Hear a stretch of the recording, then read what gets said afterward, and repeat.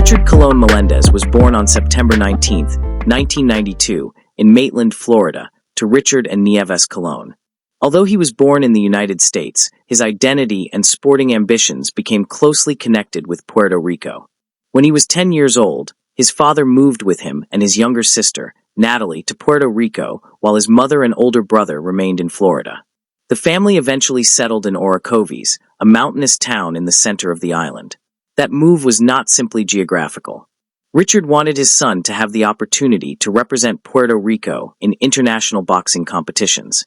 Long before professional boxing made his name recognizable, Colón was already treating the sport as a serious vocation. His father had introduced him to boxing when he was a child, and by the time Prichard was around 8, he was training in the family garage. One particularly revealing detail about his childhood comes from his mother. In 5th grade, Prichard created an acrostic expressing the ambitions he wanted to accomplish. Boxing was at the center of those dreams. His mother later recalled that he wanted to become known as a boxer, win championships, and eventually become a boxing promoter. His nickname, Digget, also had an unusual beginning. Colón earned it at the Albergue Olímpico in Salinas, Puerto Rico. The name was connected to his height and was derived from the idea of a digger. It remained attached to him throughout his boxing career, appearing alongside his professional identity as Prichard Digget Colón. His amateur resume was already substantial before he entered the professional ranks. Colón won 5 national championships across the 141-pound and 152-pound divisions, and captured the gold medal in the 64-kilogram division at the 2010 Pan American Youth Championship in Santo Domingo, Dominican Republic. His amateur record is reported as 170 wins and 15 losses. These achievements help explain why he was regarded as one of Puerto Rico's promising young boxing prospects, rather than simply an inexperienced professional trying to make a name for himself. Away from the ring, Colón also pursued formal education. After graduating from high school, he studied business administration at the Universidad del Sagrado Corazón in San Juan. That detail fits closely with the ambitions he had expressed as a child. Boxing was his passion, but he had also contemplated eventually becoming involved in the business side of the sport. Colón entered professional boxing in 2013 and quickly developed an impressive record. Before the fight that permanently changed his life, he had won all 16 of his professional contests, with 13 victories coming by knockout. He competed as a super welterweight, stood approximately 6 feet tall, and had a 74-inch reach. His style was orthodox. At only 23, he therefore entered his final professional contest as an undefeated fighter with considerable momentum behind him.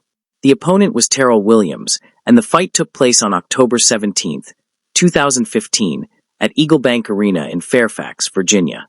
What followed became one of the most consequential episodes in modern boxing safety discussions. Court records later documented allegations that Williams repeatedly struck Colón in the back of the head, an illegal area commonly associated with so-called rabbit punches.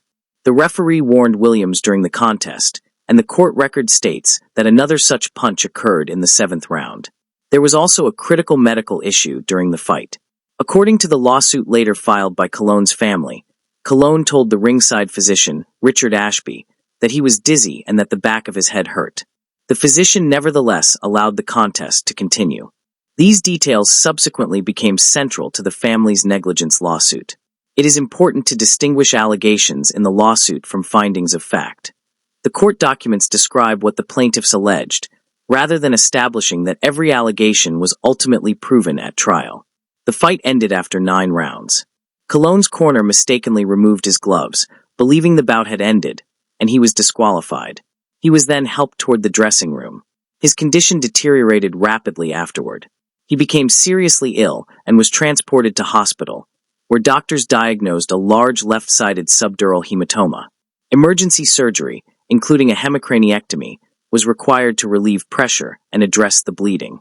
Colón subsequently spent 221 days in a coma. When he eventually regained consciousness, the neurological damage was profound. His condition required extensive assistance and long-term rehabilitation, ending a professional boxing career that had been advancing rapidly. His mother, Nieves, became one of the central figures in his rehabilitation and care. Over the years, his family documented aspects of his progress, including physical therapy and attempts to communicate through technology. That family relationship became one of the defining elements of Colón's later life. His parents remained deeply involved in his care, while his mother continued working with him through rehabilitation. The World Boxing Council highlighted the family's dedication, particularly Nieves's ongoing care and the family's refusal to abandon hope for improvement. The WBC later described Colón as an honorary champion and created what it called the Prichard Colón rule in 2016 as a mark of respect connected to his case. There is little reliable public evidence establishing a romantic relationship, wife, or children for Colón. Consequently, claims circulating online about a secret girlfriend, marriage, or undisclosed children should not be presented as fact. The most consistently documented relationships in accounts of his personal life are those with his parents, siblings, and the wider family who supported him through rehabilitation. His father, Richard, was particularly significant because he was both his father and an early boxing mentor. The legal aftermath became nearly as enduring as the medical story. In 2017, Colón's parents and his legal representatives filed a lawsuit seeking more than $50 million in damages. The defendants included ringside physician Richard Ashby, his medical practice, Headbangers Promotions, and DeBella Entertainment. Notably, Terrel Williams and referee Joe Cooper were not named as defendants in that civil lawsuit. Court records identify the case as Colón et al. V. Ashby et al. The lawsuit generated substantial public discussion, but it should not be described as a case in which a jury definitively established every accusation. The available court record shows procedural litigation, including a 2018 federal court memorandum concerning a motion to remand. Recent reporting in 2026 states that the family's lawsuit remained unresolved. Terrel Williams has also addressed the fight publicly. In a 2017 interview, Williams said that he prayed for Colón and wished him peace and health, while denying that he intentionally wanted to harm him.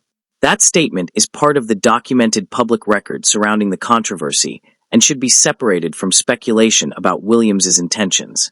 For years, Colón's story remained one of a young athlete whose career had been interrupted by catastrophic brain trauma. The boxing establishment continued to remember him. In 2021, the World Boxing Council recognized him as an honorary champion, a distinction that reflected the lasting impact his story had on the sport. Then, in August 2026, the story entered a new and final chapter. Richard Colón announced on August 13th that his son had died at the age of 33, nearly 11 years after the 2015 fight. His father's announcement also revealed a poignant personal detail. Prichard had wanted to take a vacation to Puerto Rico, but that wish was never fulfilled. The precise medical cause of death has not been publicly disclosed in the reporting available at the time of writing. What is established is that Colón had lived for almost 11 years with the severe consequences of the brain injury suffered during his final boxing match. Reports also confirm that his father announced his death, and that major boxing organizations, including the WBC and WBO, publicly mourned him. His death has inevitably revived questions surrounding the 2015 bout, the medical decisions made that night, the role of officials, and the unresolved civil litigation.